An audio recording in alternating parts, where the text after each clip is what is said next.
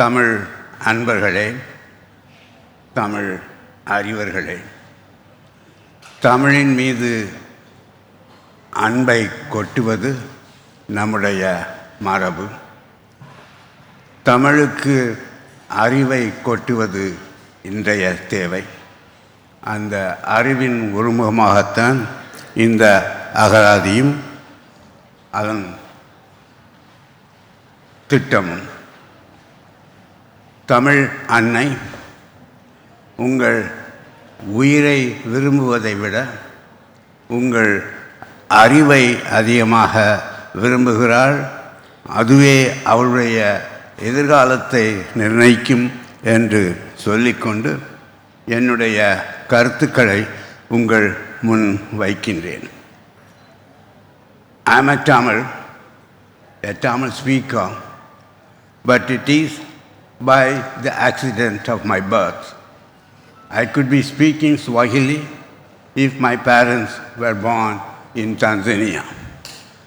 Though it is by accident of birth I am a Tamil, I inherit the long heritage of Tamil, and I have no right to break that chain of heritage.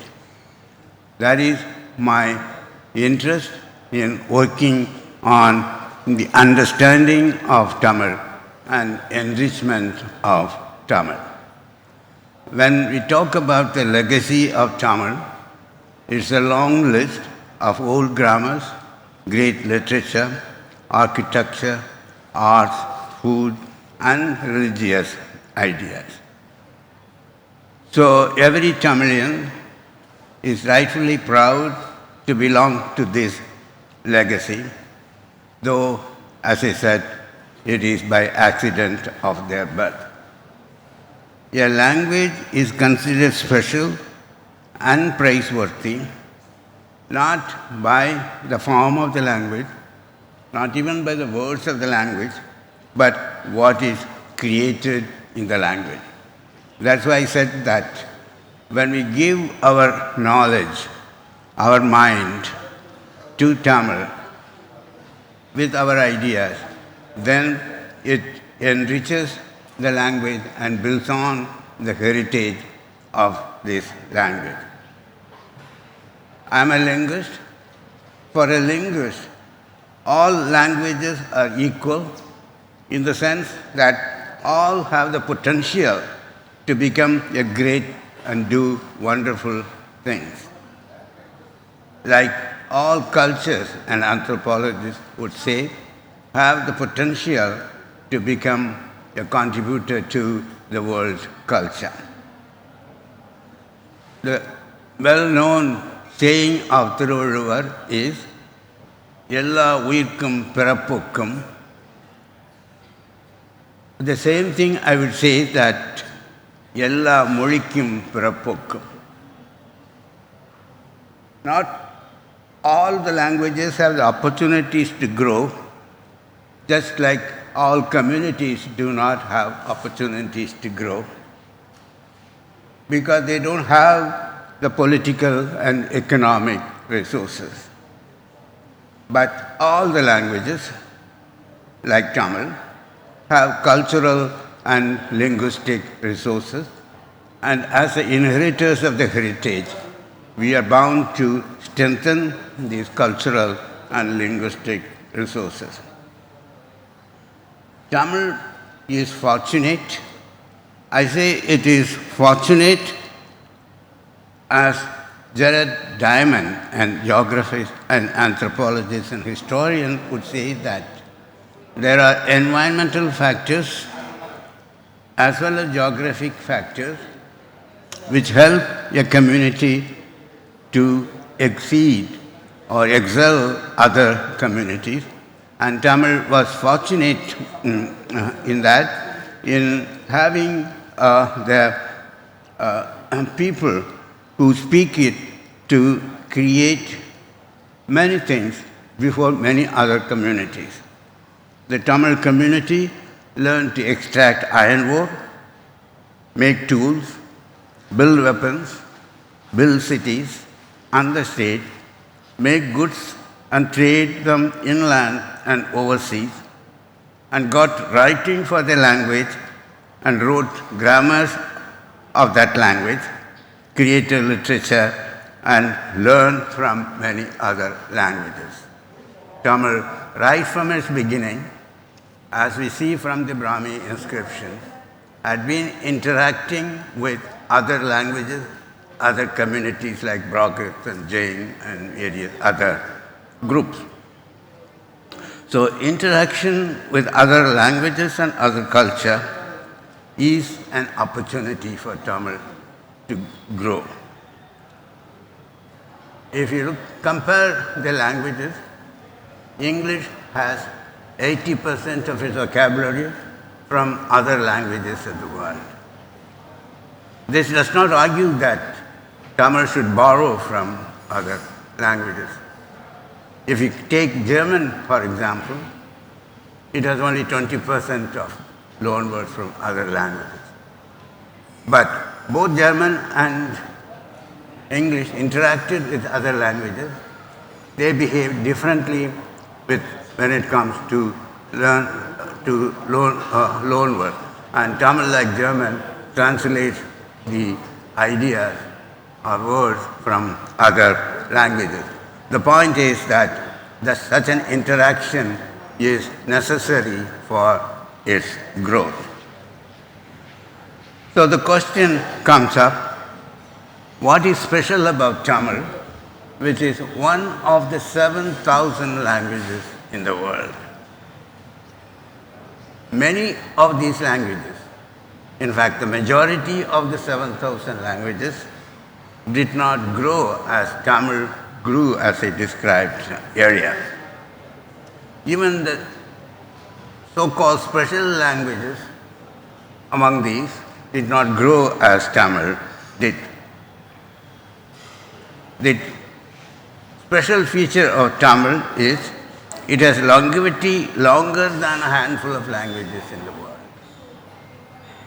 It has both classical and modern forms coexist up to our time, and also one can read classical Tamil, though the modern person cannot understand what it says.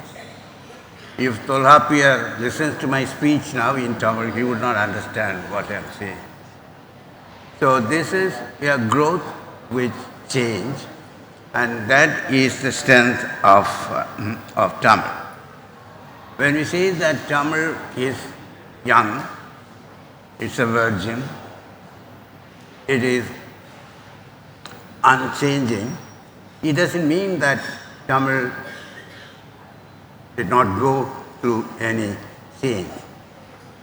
What it means, as we sang in the Tamil anthem in the morning, Siriyalamai Thiram, and the Siriyalamai Thiram doesn't mean that Tamil remains young in the sense of the whole remains unchanged, but it is in the sense of Tamil has the dynamism to live through different ages. Here I would like to read to you a quotation from Periyar, which he wrote in his journal Kuriyarasu in 1936, in January 26. This is his words. These are his words. மாறுதலுக்கு மனிதன் ஆயத்தமாய் இருக்க வேண்டும். முன்னேற்றம் என்பதே மாறுதல் என்பதை உணர்ந்த மனிதனே உலகப் போட்டிக்கு தகுதியுடையவனாவான். This is true of men as well as languages. If Tamil has to equip itself to compete with the other languages of the world, it should accept change, and the change comes through interactions. So, this is one pride of being a Tamil. As I said, we should realize that the Tamil continues. That's the greatest strength of that. Very few languages like Chinese or Arabic have a long tradition, or Greek tradition, of being past and present, and it is true of Tamil also. What I would urge we should realize is that the future of Tamil is not in the past. அது இறந்த காலத்தில் இல்லை, எதிர்காலத்தில் இருக்கிறது. So that's why I started with saying that we had to contribute to Tamil to make it a language of future. So Tamil's time is not over. It will continue, and it is in our hands. The people are skeptical, particularly the scientists are skeptical. Science is defined as being skeptical about others' ideas and bring out new ideas. So it is our duty, when we are proud of Tamil, to remove the skepticism of others. It doesn't help us very much just to dismissing them as a matter of politics or a matter of jealousy. We should accept genuine criticisms. So one is the claim that the ancestry of Tamil, which is close to the release of the book we witness now.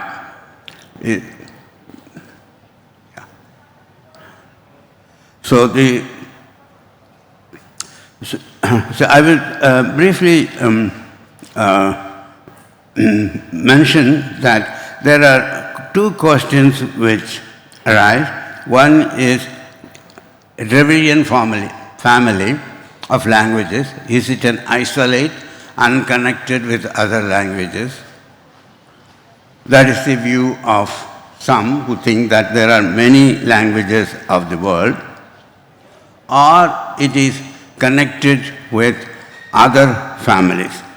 This project works with the assumption that Tamil, I would say Dravidian languages, are related to other language families in the world. And so this takes back to the other theory. When the Homo sapiens migrated from Africa to different parts of the world in waves, the question arises, did they speak one language or did they speak many languages? If you assume that they spoke one language, which became diverse into different language families, then it is obvious that all the language families are related. And one such relationship is with Indo-European languages, which has the largest number of speakers. But one point we should keep in mind is that what methodology we use to find the relationship, which is roughly 50,000 years ago. In linguistics, we don't have a methodology to go earlier than 5,000 years ago. Indo-European origin is placed between 2,500 to 4,500 before the Common Era. The Dravidian language origin is placed 2,500 years before the Common Era. So the question would be whether the method of comparative reconstruction take us beyond 5,000 years.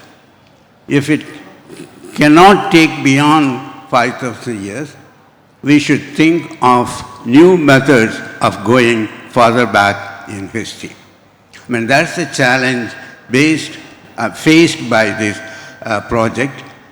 The methodology, as I said, is essential to accept the findings as scientific, and therefore attention to methodology is very important. As I said in my inaugural speech, this scholarly assembly of linguists and Tamil scholars would examine this question, how much we could evaluate, vet the findings of this project and the facts which are presented in the book which were released today. Thank you very much.